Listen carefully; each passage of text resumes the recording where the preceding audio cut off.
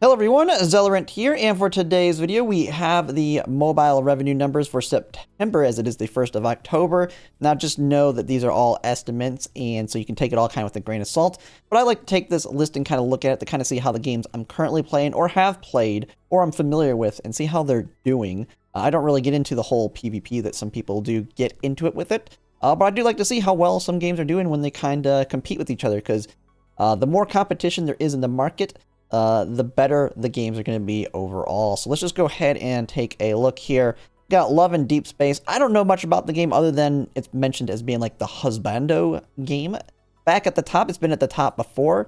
It's the big one that's been competing in terms of revenue the most with the other big ones like Genshin Impact and Honkai Star Rail, which have moved back up. They came from their like really bad month, and they're kind of going back up to that 40 to 50 million time area. I'm guessing it's still a fairly low week banner for them. It's been a long time. I used to play Honkai Star Rail. It's what got me back into gacha games. So I'm not really familiar with anything that's coming out currently. But I'm gonna guess they still don't have like a big one that they built up to yet that has come out. Maybe a meta unit or something that moved them up in revenue. But overall, not too bad. I mean, Hoyo games tend to do really well, except for Zenless Zone Zero, which we'll get to here in a second. Fate Grand Order, I mean, they must have just had a big banner, but they're still doing quite well here. But, I mean, it's doing really good for how old it is. I wish I really actually would have played the game back when it came out. One of the nice things I like about the game is when I go to the store that sells, like, all the figures, where I've found, like, some girls' Frontline figures and all that there, they have a ton of Fate and Grand Order ones there that look crazy good. But since I'm not familiar with the game enough, I don't buy them. I try and buy from stuff I know. But overall, pretty good there. Arknights moving up from 19 million to 26. Really good to see, because Arknights Infield is a game I will be playing when it launches and covering, and maybe it could be long term. We'll kind of have to see. I really like this the factorial aspect to it, which I know is kind of something that some people don't like, but I know that's like a key point of Arknights just in general. And seeing how good Arknights itself is doing gives me a lot of hope for Arknights Infield when it comes out. We'll just have to see, but really nice to see there.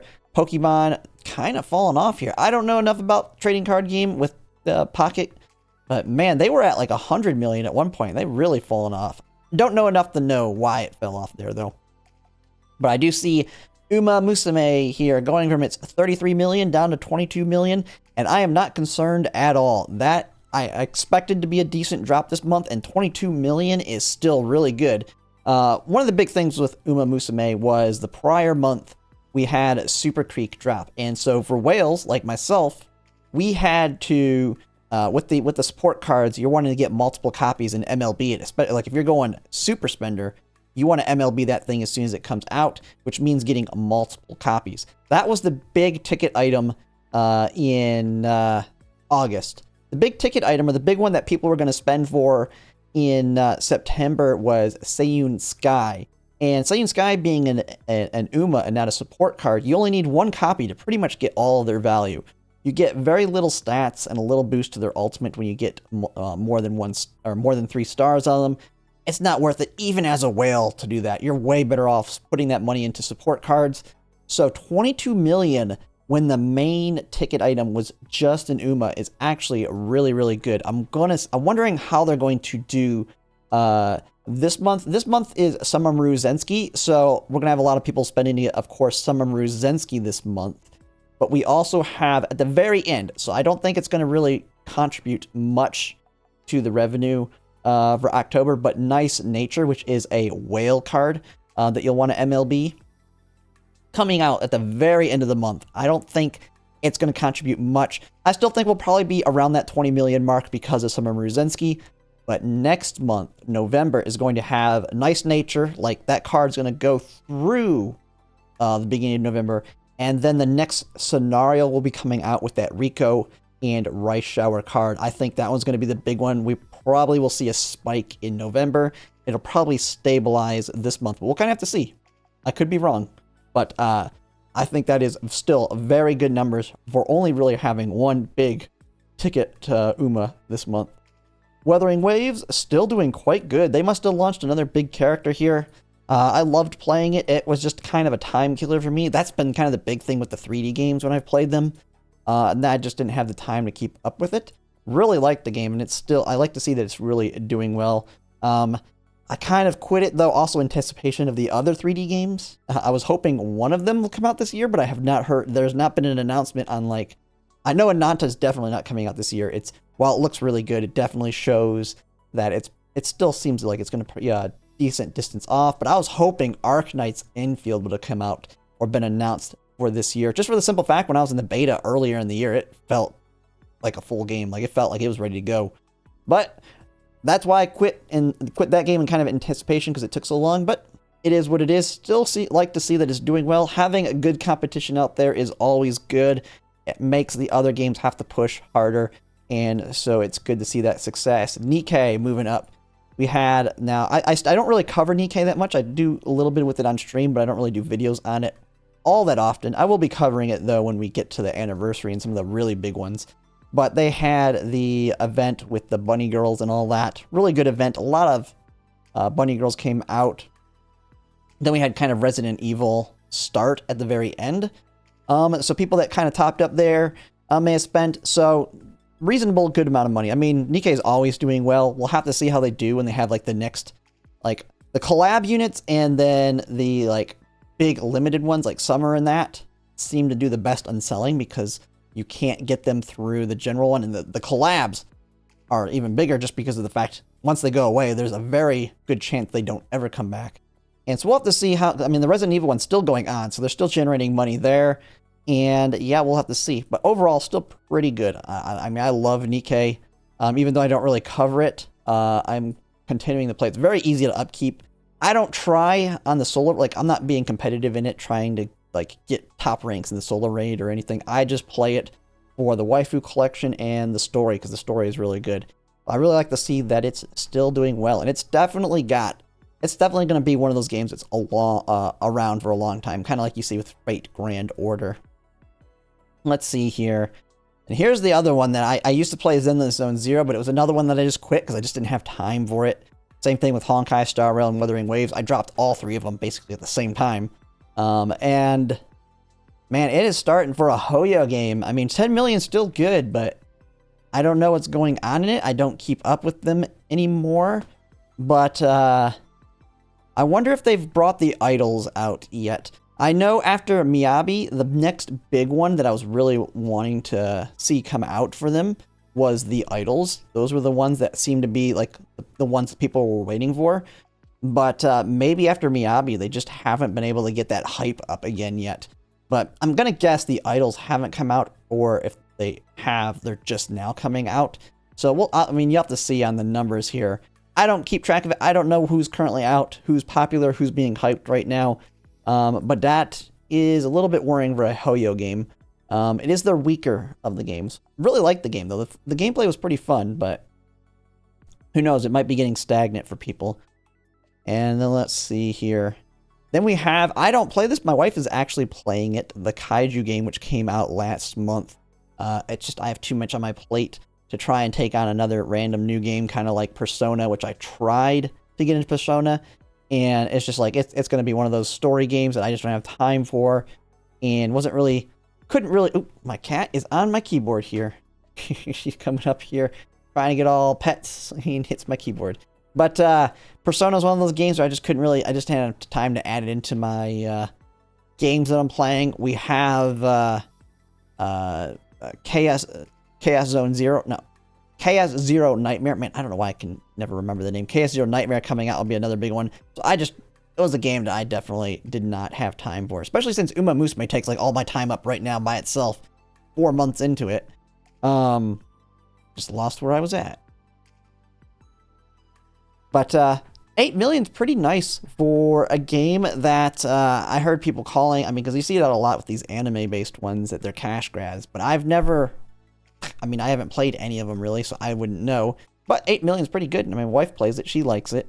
So, and she plays it very casually. She's not like hardcore grinding it. She's like one of those people that's just way behind. She just plays the game, gets the currency slowly, and will pull every now and then.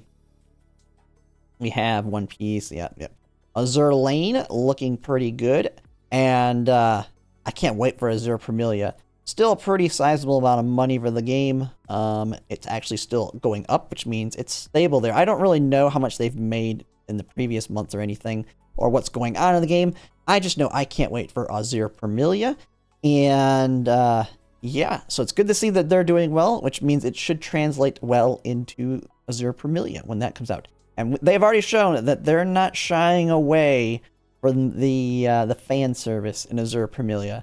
And from what people have told me, the game is really good in the fan service in Azur Lane, just the gameplay is not there. So hopefully Azur Lane fixes that with a really good gameplay with the same fan service that Azur Lane gives out there. Plus, they have really nice figures. That's another one that I see. I see a lot of Azur Lane figures at the figure store I go to, and I wish I played the game because they look good. But I don't know the characters, and I don't want to spend $300 on a character that's not like a favorite of mine from a game that I play. But pretty good there. Yeah, let's see here. Etheria Restart. Ooh. They've had a nice boost. They seem like they were going down, but it looks like I've kept up with this one a little bit. So they've gotten a boost. I'm going to guess, because they did do finally a event where they had like a selector for the dark light units. Because that was one of the biggest things that I didn't follow my own advice when the game launched, which was getting a copy of Lily, one of the light dark units that was OP. And she continued to be, to the point that she was almost mandatory, it felt like. And I think that event where pretty much everybody could get a copy of her and may have rejuvenated. I don't know if they've added any more or changed any more things on it. But definitely going up in the right direction, shooting way up here. So really like to see that there. I just really couldn't get into the PvP of it. And then when Umamusume came out and I really got into that PvP, it just, that's pretty much what killed the game for me. But for those that like that style, it's good to see that it looks like they're making improvements on it and taking people's feedback into account. And everybody that wanted to was now able to get a copy of Lily. So they should be able to beat the end game there. Infinity Nikke, or I don't know, is it Nikke? Yeah, I think it's Nikke. But not doing as well. I know they had the big drama around them, like rewriting the entire beginning. Don't know much else about it other than that, though. They're starting to fall off a little bit there.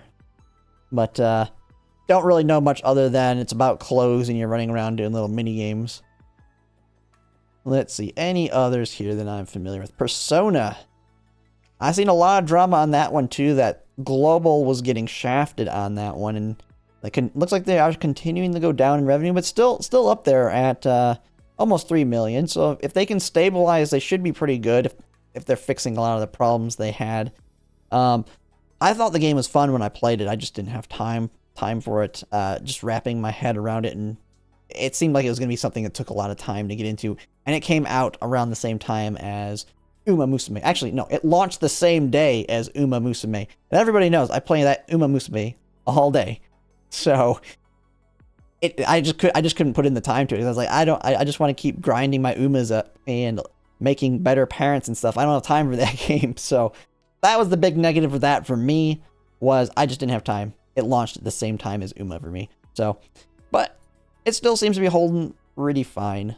So not too bad there. Brown Dust 2, big fan service game. Never played it, never tried it. Seen a lot of their images though. And they're doing all right there for a waifu game. Don't know anything about the gameplay, though. Girls Frontline. So they went from 3 million down to 2.2. Now, I think they've kind of gone up and down in this area. And the previous month, they had, I'm pretty sure it was the previous month, AK-15 Voidmask Tina on the Chinese side. And that's one thing I actually didn't look at on Umamusume here, was the kind of the breakdown here. Where is all the revenue? Yeah. Yeah, look at that. Where is... So, I mean, we still got plenty of us on Global here at 8 million, but yeah. The big number is Japan. But I do like Global's revenue is really good, too. Nice and solid. I really like to see that there. But let's go back down to where we were at. Girls Frontline here. That's the one thing you always want to see. Is one of the big things, which is generally not the normal, is Global was pretty much what's carrying the revenue, not China and that. And as you can kind of see that, China's numbers are pretty low here, while you have global having the big numbers, basically a majority of it, which is good because it actually gives global the voice more so than the CN side, because they're not the ones making the money. They've gone down dramatically. It's down 75% on both of them. That is not good. I love the game. I play it, and I'm actually now sponsored by them for making videos. So I definitely will be, because I've been a little bit slower on the videos lately. Umamusume has been taking a lot of my time up, but I've been trying to still cover the characters as they get announced and cover them out. I still need to get my video out for the latest unit. Man, I forget her name already, but I think she just came out. I need to get to her on covering her. I just keep having other things coming up that I need to make videos for, but I have not quit it. For anyone that thinks I have not. I've just, it's just a little bit harder to cover at this point. But now with the sponsorship, I should be able to also get more out a little bit more often. I haven't covered the new system for upgrading your the T-Dials yet either, which I really need to do. It's fairly straightforward, but I think someone had asked me to make one for that. But no, still one of my top games. Don't plan on quitting it anytime soon still. It's just slow down on coverage, because one of the things versus like Umamusume, where you always have the champions meetings that are coming up and you're having the different builds or your different Umas, it's constantly having content that you can make on it. It's a little harder on that. It's more like I can make a video, new unit announced, new units kit, and the stats of the kit, and that's pretty much it. Maybe occasionally the new boss for Gunsmoke Frontline, and then whenever I do polls, which at this point, that's another thing. I originally was polling every single T-Dial that's come out, but like it always happens with me when it comes to gacha games, as a new big one comes out, my spending usually shifts from the current big one that I'm playing to my next big one, which is now Umamusume. And so right now I just have the monthly on Girls Frontline 2, and so I'm being more conservative with my polls and who I'm getting. And so I didn't have like a Jianyu I'm skipping for now. I'm pretty much skipping most of the electric. We're going to kind of have to see, especially with what comes out new on the CN side. But I will still have big poll videos and all that, and big full streams when I do poll. So probably Void Mastine is going to be the big one, because I do probably want to V6 her. But still, like to see what they're doing. They're doing really good. Yeah, overall pretty good there. And then, let's see. Not really familiar here. Honkai Impact, still another Hoyoverse game. Still holding on. It's like the weakest of their group, but it's the oldest as well. And surprisingly, seen figures of them at the store too. And it's like, I wish I knew these characters because they look great. Where's the last one on here? Well, the first game that I covered is a content creator. There it is. And ooh, they have fallen a little bit more. Fallen right in half here. Sword of Convalaria. Really liked the game. It's just, it was the first game I covered, and I basically got my initial start there. I think like my first 500 to 700 subscribers came from Sword of Convalaria. Really liked the game. It started getting a little time consuming for me. And I mean, Girls Frontline came out and just took my life away on that one, especially on that initial phase where I had like 2 months of content of things I could cover, where now it's just kind of that standard new unit rotation. And really good game. I just didn't have the time for it. Moved on to other stuff. Don't really know how it's going now. I haven't kept up with it at all since I've quit too much. But I do know Hockey still covers it pretty well. He still gets quite a bit of views on it. So it seems to be doing well, but there's just not as much spending. It could be a bad month right now. Oops, where'd it go?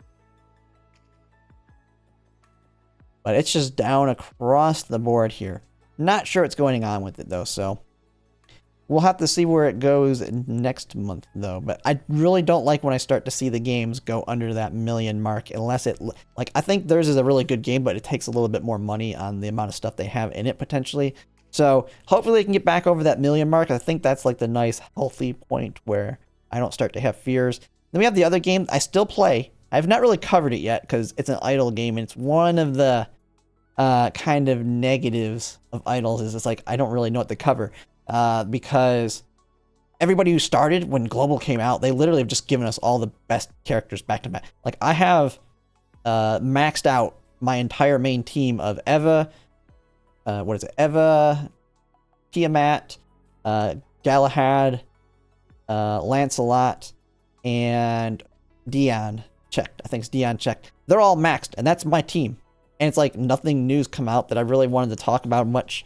And yeah, so Lost Sword, I may end up quitting here soon, especially with Chaos Zero Nightmare. It's very easy to maintain being an idol, so I'm continuing to play. I really like the game. It's got really good fan service in it, but it is an idol. There's really, you just kind of go in, yeah, do your dailies, a little bit of that here and there, the quick battles and all that, and then you see if you can push a little bit farther in the story, and that's all there is to it. It's very straightforward, but it is an idol. Now that I'm playing all these other gachas, it's really hard to make videos on it. There's really not much to it, other than maybe a new character, but it is kind of the one that is on the chopping block for me if I don't have time for it when it comes to new gachas. But really good game. Don't like to see it falling off though, but I think it has the problem I just mentioned. They gave Global everything before, like, the last few months. We have everything. Everybody has the core teams, and with the amount of pulls they've given us, we're set. So the only thing people are spending money on now are to level up more. So the whales, it's not spending for pulls, it's spending to get more experience. So those experience books and all that, so they can level up quicker, so they can get into higher levels to push farther into the story. They're really not needing to spend for characters currently because they don't have any new OP ones that have come out. And I blew all my currency on the last banner that I pulled on, and I'm already back up to like 40,000 of the currency, which is like, what, 200 pulls, maybe more than that.